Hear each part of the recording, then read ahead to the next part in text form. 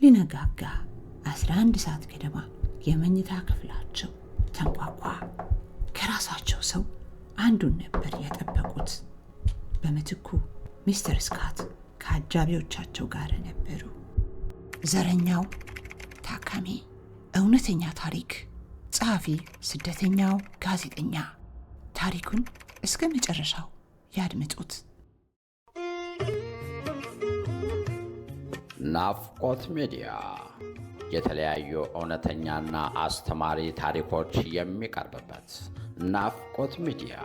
አይተው ሲጨርሱ ለሌላው እንዲደርስ ሰብስክራይብ፣ ላይክ፣ ሼር ማድረግዎን አይዘንጉ። ናፍቆት ሚዲያ።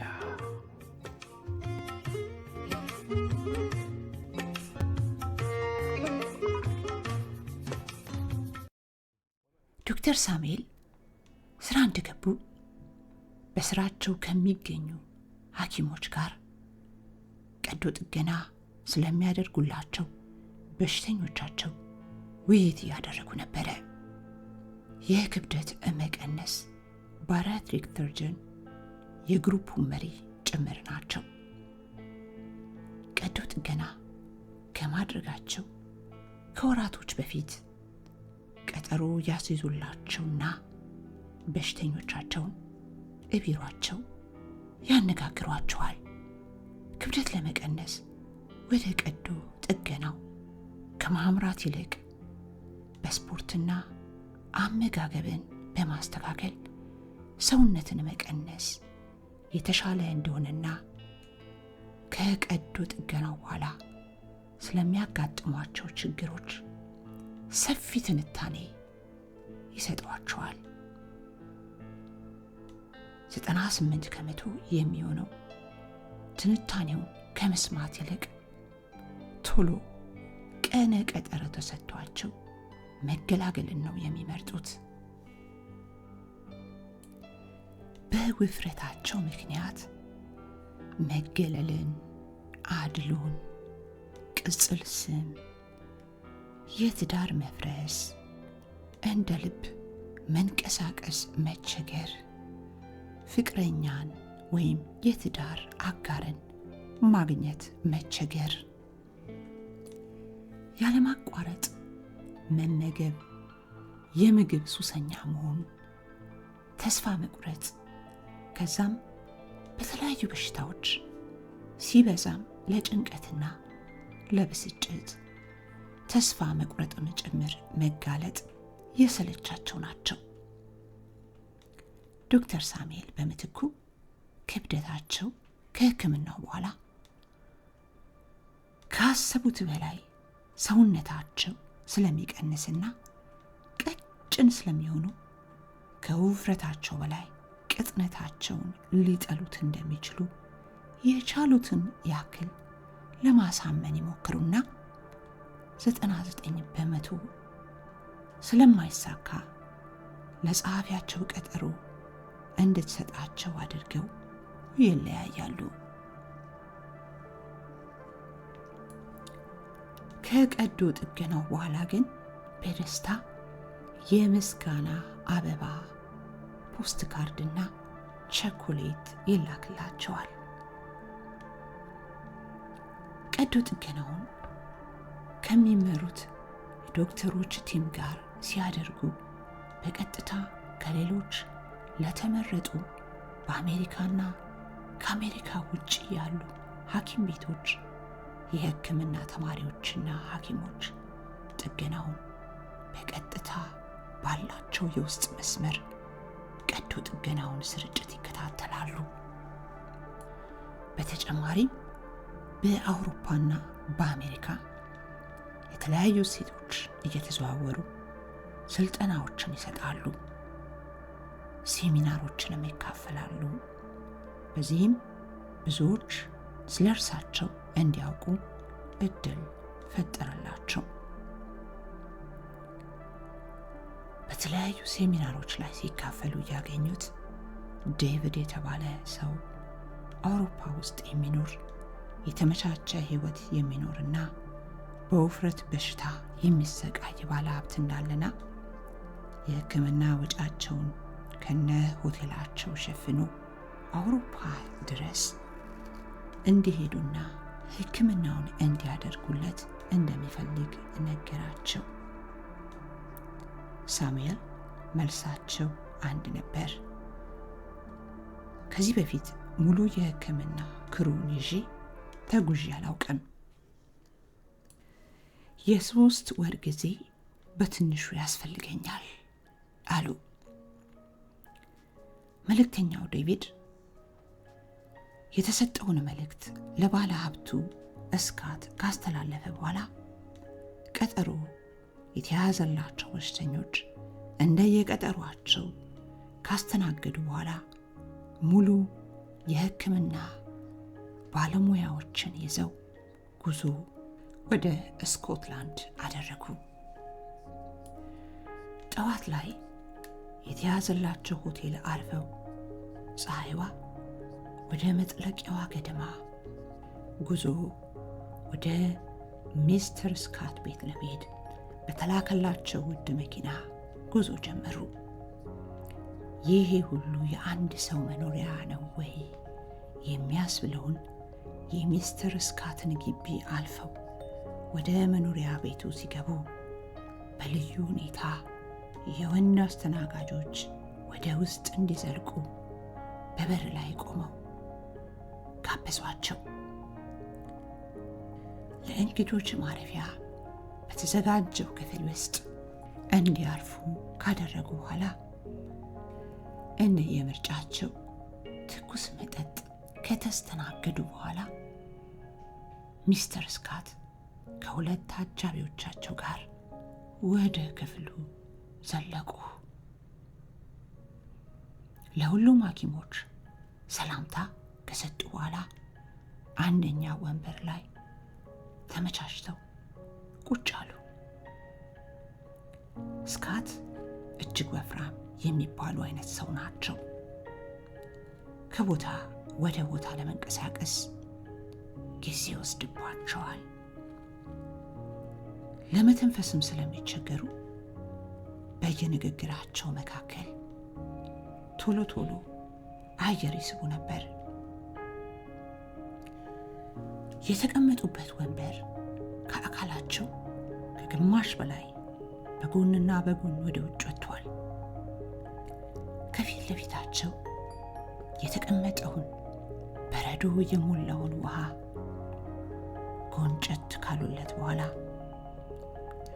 ሁሉንም በተራ በተራ ተመለከቱና ኮስተር ብለው መጀመር እንችላለን ዝግጁ ስትሆኑ አሉ። ዶክተር ሳሚ ይባላለሁ። ተወልጄ ያደግኩት ኢትዮጵያ ውስጥ ሲሆን ነፃ የትምህርት ዕድል አግኝቼ ነው ወደ አሜሪካ የተጓዝኩት። የሕክምና ሙያ የተማርኩት በዛው በአሜሪካን ሀገር በሚገኝ ሃርቫርድ ዩኒቨርሲቲ ውስጥ ሲሆን በዚሁ ሙያዬ በተለያዩ የአሜሪካ ግዛቶች ጭምር እየተዘዋወርኩ ስልጠናን እሰጣለሁ። አሁን በተለያዩ ዓለማችን ጭምር እየተጓዝኩ በዚሁ ሙያዬ ሌሎችን አግዛለሁ።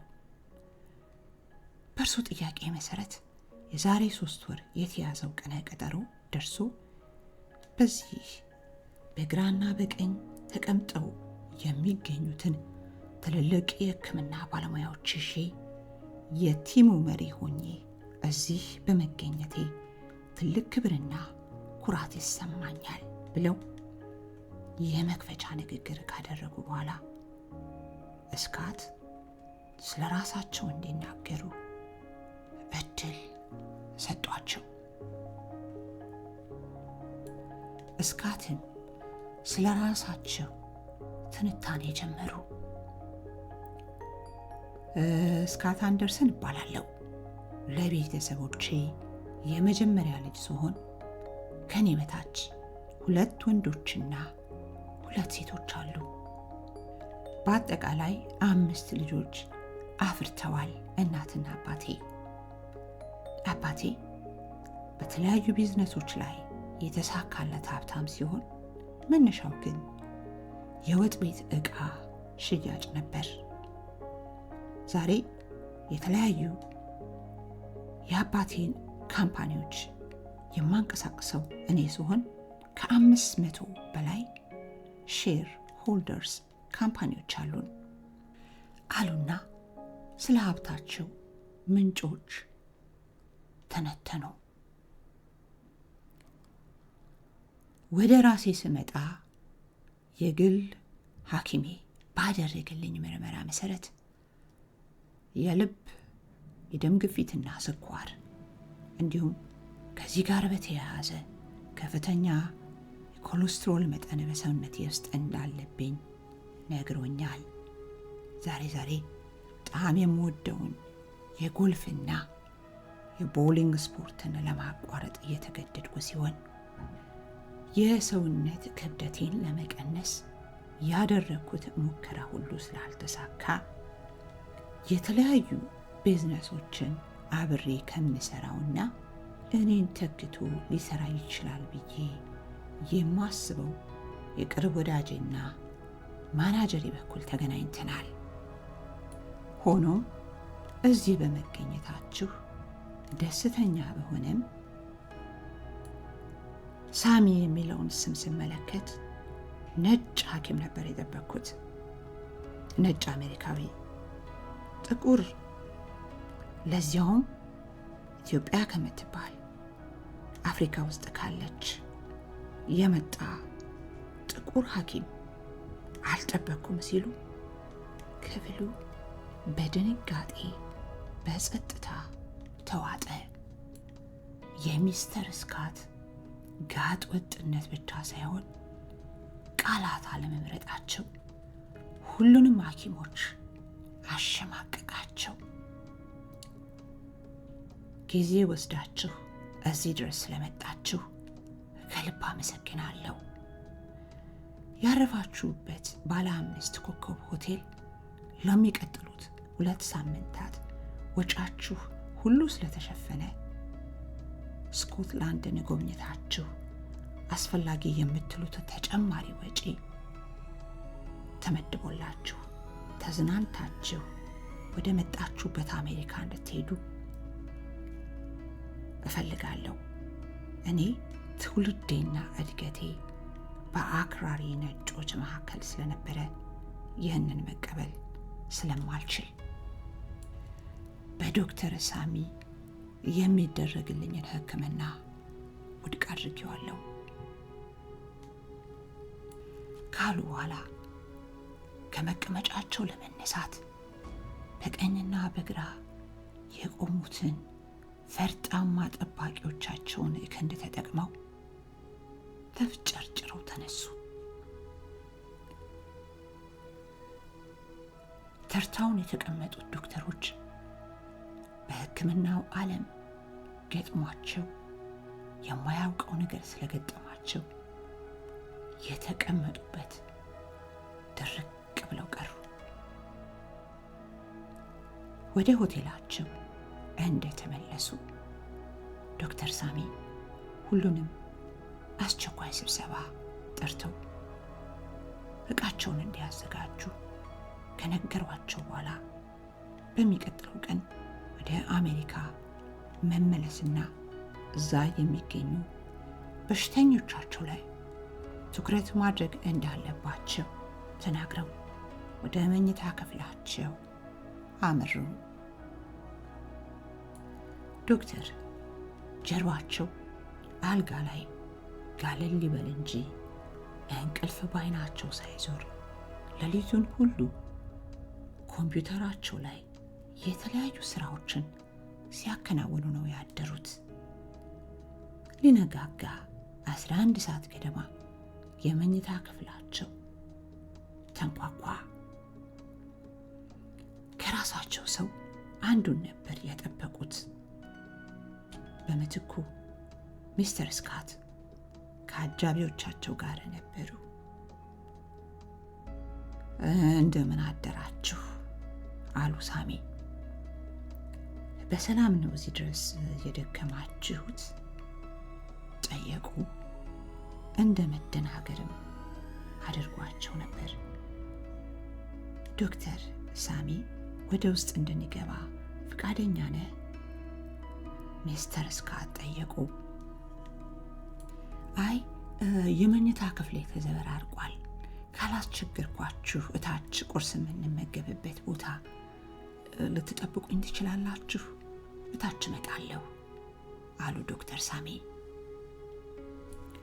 ሚስተር ስካት ባህሪያቸው በእጅጉ ተቀይሮ በአክብሮት አዎን ዶክተር፣ በሚገባ አሉ በትህትና።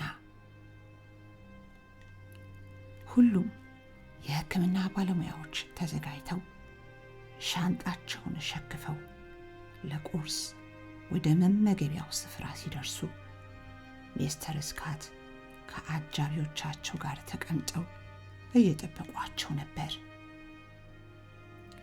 ስካት ሁሉም መሰብሰባቸውን ካረጋገጡ በኋላ በጠዋቱ የመጣሁት ይቅርታ ልጠይቃችሁና ሕክምናውን እንድታደርጉልኝ ፈቃደኛ መሆኔን ለመንገር ነው። ከዛም በላይ ስለ ዶክተር ሳሚ ሌሊቱን ሁሉ በሚዲያዎችና በሚያውቋቸው ሰዎች ጭምር ስጠይቅ አሁን ባለው ሁኔታ በዚህ ሕክምና ተወዳዳሪ የላቸውም የሚል ነው ያገኘሁት መረጃ የሚያሳየው። እባክዎ ዶክተር ለተናገርኩት ይቅርታ ያደርጉልኝና ሕክምናውን ያደርጉልኝ፣ አጥፍቻለሁ አሉ። ዶክተር ሳሚ በእጃቸው የያዙትን የጠዋቱን ቡና አንዴ ከነ እንፋሎቱ ወደ ውስጥ ከማጉት በኋላ እዚህ ድረስ ይቅርታ ለመጠየቅ በመድከሙ የተከበሩ ስካት፣ የእውነት በሁሉም ሐኪሞች ስም ከልቤ አመሰግናለሁ። ከአሁን በኋላ ግን በእኔና በእርስዎ መካከል ያለው የሐኪምና የታካሚ ግንኙነት ሊቀጥል ፈጽሞ አይችልም። በመካከላችን ትልቅ የቀለም ጥላቻ ድልድይ ገንብተዋል። ሰው ዕውቀቱ እንጂ ቀለሙን ከምንም ነገር ሊያግደው እንደማይችል አውቃለሁ። አሁን ፈቃደኛ እንኳን ሆኜ ሕክምናውን ባደርግሎት እንኳን ውጤቱ የተሳካ ላይሆን ይችላል። በጸብ የሚጀመር ፍጻሜው ፍቅር ሊሆን አይችልም አሏቸው። የጀመሩትን ቡና በአንድ ትንፋሽ ከጨለጡ በኋላ አውሮፕላኑ እንዳያመልጠን እንንቀሳቀስ አሉ ዶክተር ሳሚ።